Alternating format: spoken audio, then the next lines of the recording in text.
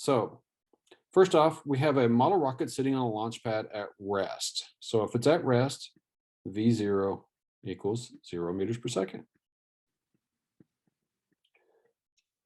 At liftoff, the force of the rocket's thrust is 3,540 newtons. So we've got a force here, force of thrust equal to 3,540 newtons.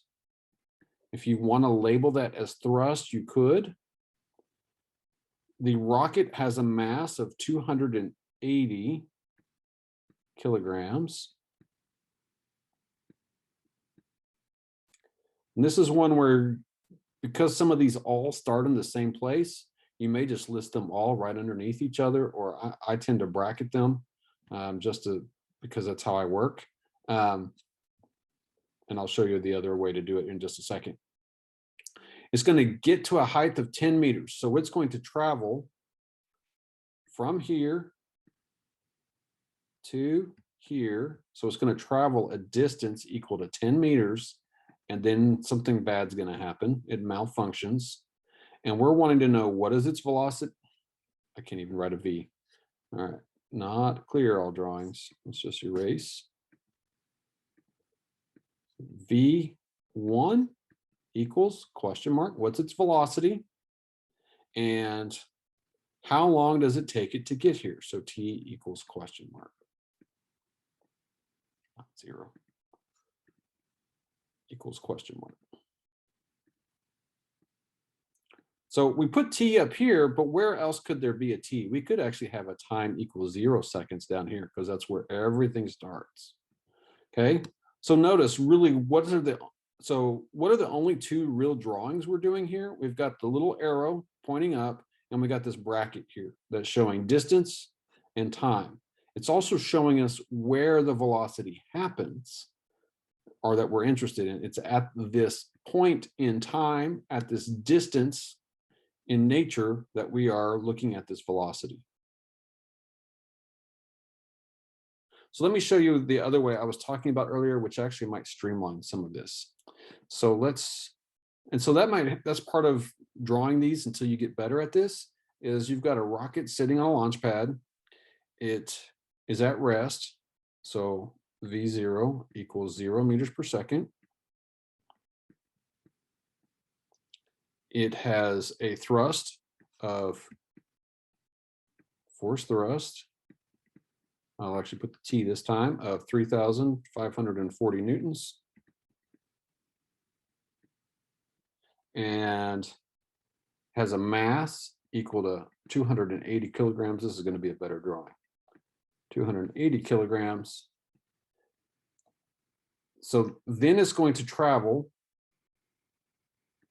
a distance equal to 10 meters. And we want to know, what's the time at that point? Time equals question mark. If I can't even draw a question mark.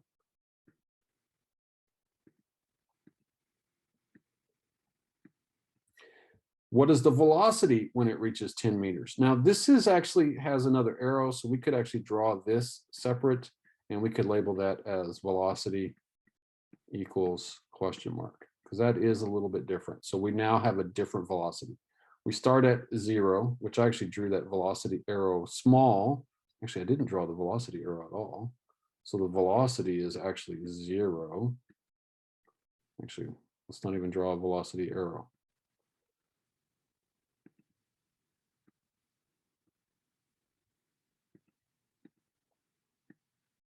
So the velocity is 0. This is the force arrow. And now we have a velocity equal to some value. Okay, much simpler. So we have a rocket on the launch pad. It has a mass of 280 kilograms, a starting velocity of 0 meters per second, and a starting force of 3,540 newtons. At 10 meters, what time is it, and what's the velocity? And we can number that V1. Okay, let's try the next one, which is a modification of this. So using your drawing, we're going to add a few things. We're going to add the weight of the rocket.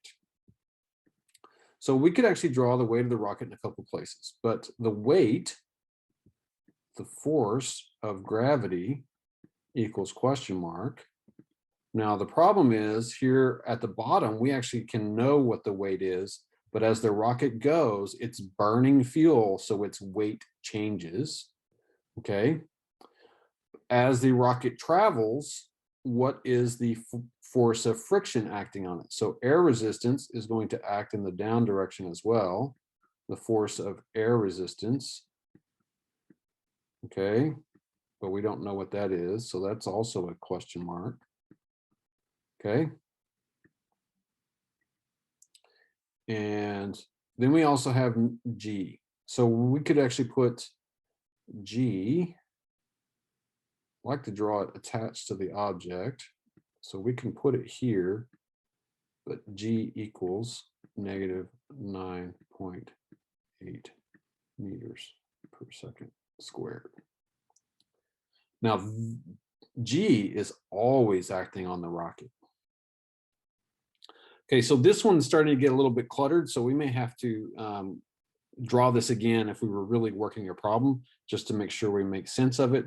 But you could still read this and go, I have a rocket, it's going to have a thrust, it's going to have air resistance, it's going to have weight, it has a starting velocity of 0, it has a mass of 280 kilograms. At 10 meters, it's going to travel a certain amount of time, and it's going to have a certain velocity, I don't know what that is.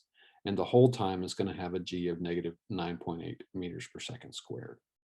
Okay. So really one of the hardest things to do is to manage your space and make sure that your labels line up with where they actually occur. That's a really, really good habit to get into. Okay. And part of it's because this can get complicated.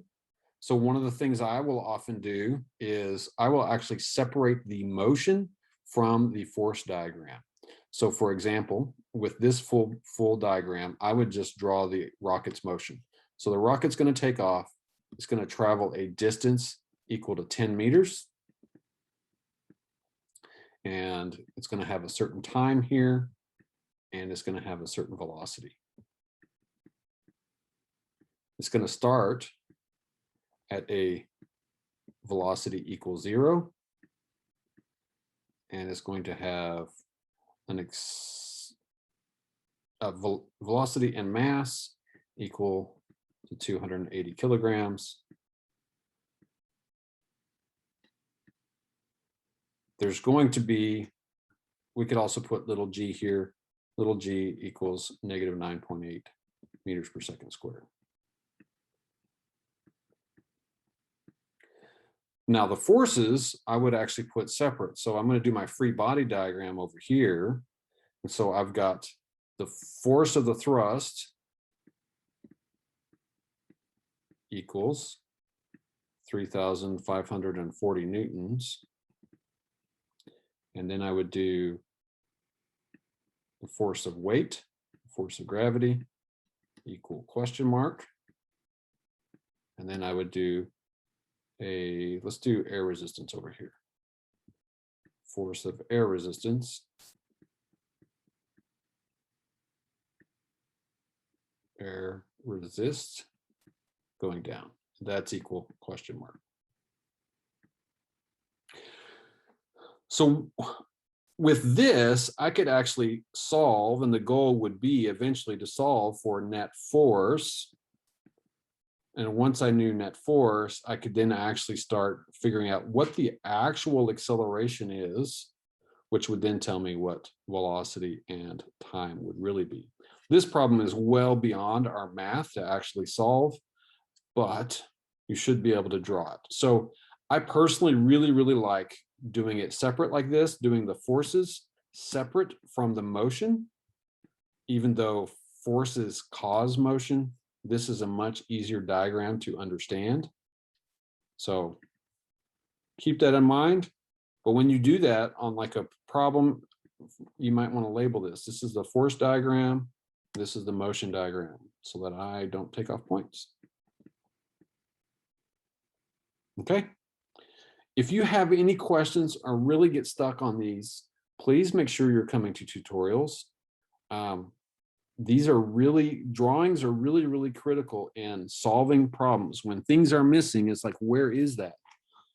What's happening? how do I do this?